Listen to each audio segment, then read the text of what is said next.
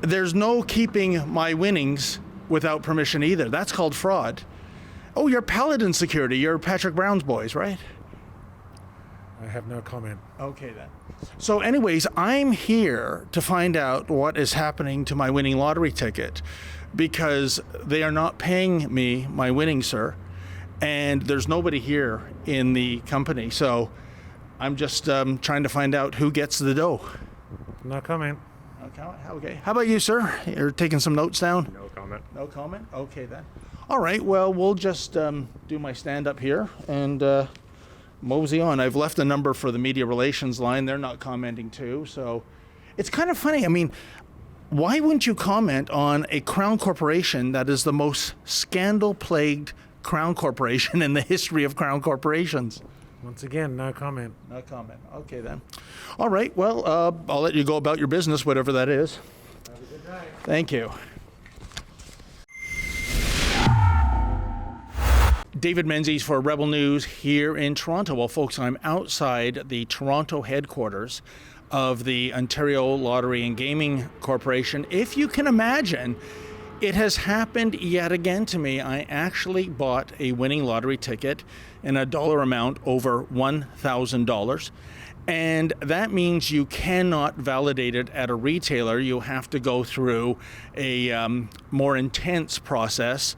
The OLG wants to make sure that they are paying the proper ticket holder the money because, as you know, the OLG has a sordid history of turning the other eye and holding its nose when it comes to paying out fraudsters. But the precise opposite is happening with me, folks. You may recall a few years ago, I had a winning Pick 3 ticket over $1,000. And despite filling out all the paperwork, they would not process that. I think the unspoken reason is that for decades, I've been covering the OLG and they basically have a vendetta against me. Folks, I interrupt this video for a very urgent message. You know it's only a matter of time before the Silicon Valley tech giants come and crush Rebel News, or at least try to crush Rebel News once and for all. We're not going to let that happen. Please go to rebelnews.com. That's rebelnews.com. We need you to sign up with us there on our website. We need your phone number. We need your email address. We do not share your personal information with anyone else. But if we can get that information from you, you can maintain your relationship with Rebel News going forward in the future. Here is the proof in the pudding. Pages. There's 4 pages here of every single box that has been filled out. Indicating where and when I bought the ticket. But more to the point, the OLG knows where and when I bought the ticket by the barcode, and they can simply go to the gas station where I bought the ticket, pull the surveillance video, and confirm that it was me physically that purchased this ticket, but they won't do it. And the question arises, who gets to keep this money? I mean, if it's not going to me, a winning lottery ticket was bought and paid for, but the winnings remain in the OLG coffers. Well, in any event, I did reach out to Tony Batanti. He's a spokesman here at the OLG with 5 questions. One was, why do OLG investigators, that's what they're called, and I spoke to 2 of them without success, have a practice of asking for information of prize claimants that is not even required in the OLG prize claim paperwork? Number 2, correct me if I'm wrong, but retailers that sell OLG products would have video surveillance images of those buying lottery tickets. Why isn't such video referred to in order to get definitive answers as to who purchased the tickets, given that the camera does not lie? Wouldn't this end this nonsense in a heartbeat? Number 3, what exactly happens to the money that the OLG withholds if it is, quote, not satisfied, end quote, with the answers with the prize claimants? Number 4, what is the amount of prize winnings the OLG has withheld, either total or based on a fiscal year? And number 5, the OLG justifies its gambling monopoly on the proviso of social responsibility. How is it socially responsible to cheat winners out of their winnings? And that was sent to Tony Batonti, I believe, 3 days ago. Haven't heard back. Now, earlier, we actually went into the building to the 4th and 5th floor where the OLG is located. And, nobody's home, folks. Check it out. Well, here I am at the Ontario Lottery and Gaming Corporation Toronto headquarters. And wow, folks, they have completely bugged out. There is nobody here. It's just empty. Corporate security. Yeah, hi there. My name's David Menzies, and I'm on the 4th floor. And I was hoping to speak to somebody at OLG head office. There's no one currently at the office. Oh, okay then. That's odd. So is that every day there's no one here, or? No, I can tell you can call the media line and get any information from them if you'd like. Yeah, I actually did send out an email a few days ago to Tony Batonti, and I haven't heard a response. And it's in regard to a lottery ticket that... Okay, I'm just going to stop you right there. I can't give you any information because I don't know anything about that. Oh, sure. No, that's why... That's why I'll educate you. Media line, you can contact them and then they can get back to you. Yeah, but they aren't getting back to me. And the thing is, they're holding a ticket of mine that's worth over $1,000, and they're not going to pay, allegedly, because they're not convinced it's my ticket. So... Okay, well, I'm just going to cut you off there because I have no knowledge of the ticket or the claim.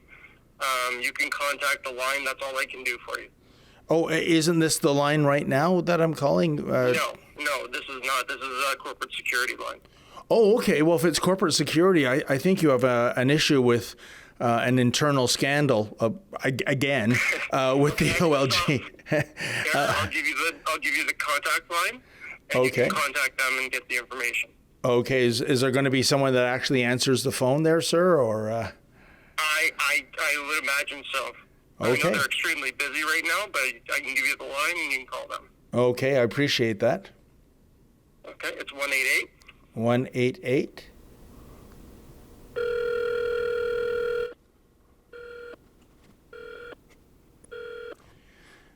This is government hard at work. Oh, disconnected. This is my second attempt at calling the media relations line, folks. The first one just disconnected. Not even an opportunity to leave a voicemail. Now, you know what happens here, folks, because I mentioned this has happened to me before a couple of times with a Pick 3 lottery ticket worth over $1,000. I don't bend the knee. I'm certainly not going to let the OLG steal from me, and make no mistake, that's what this is. It's out and out theft. So what I had to do in each case was file a small claims lawsuit. And you know, it's very funny how that's a behavior modification tool for the OLG, because when the OLG is served papers and a court date is set, guess what? Suddenly my papers, those papers that were in question, those papers that were so mysterious to decipher, suddenly the papers, well, they're perfectly okay. So this is an element of meanness, and it's an element of pettiness, and it's an element of economic persecution as well, because I have to file $100 for the small claims lawsuit. They know they don't have a winning case. They know there is film footage that shows me buying the ticket, but they're going to make me go through all of these legal hoops until they finally pay me my winnings, as opposed to facing the scrutiny in court where they would be obliged to give answers, as opposed to, well, as you saw, no comment, no comment, no comment. Now, these two individuals here are with security, and they were, I guess, adamant that there's no filming, but I'm kind of adamant that there should be no fraud being conducted either. So we're hopeful to speak to... I see a lady over here. Are you with the OLG, ma'am?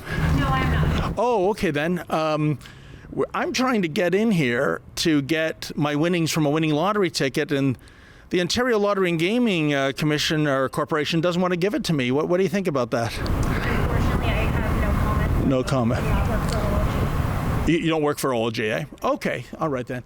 Well, I was mistaken. I thought she might be with the OLG, but there's a lot of no comment going around.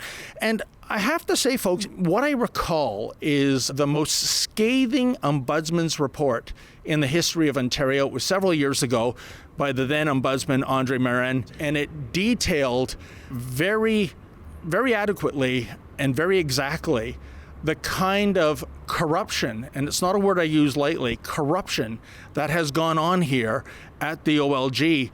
And it all entailed insider payouts and people who deserve the money not getting the money. Funny, here we are in 2021, and it's the same old, isn't it? This is despicable. This is something the Doug Ford progressive conservatives have to look into, because, to quote The Who, meet the new boss, same as the old boss. For Rebel News, I'm David the Menzoid Menzies. Well, folks, you probably heard the news by now. YouTube is undoubtedly coming to kill us. They have completely demonetized us. The other day, they gave us a strike for no good reason whatsoever. So please, we want you to stay in touch with Rebel News.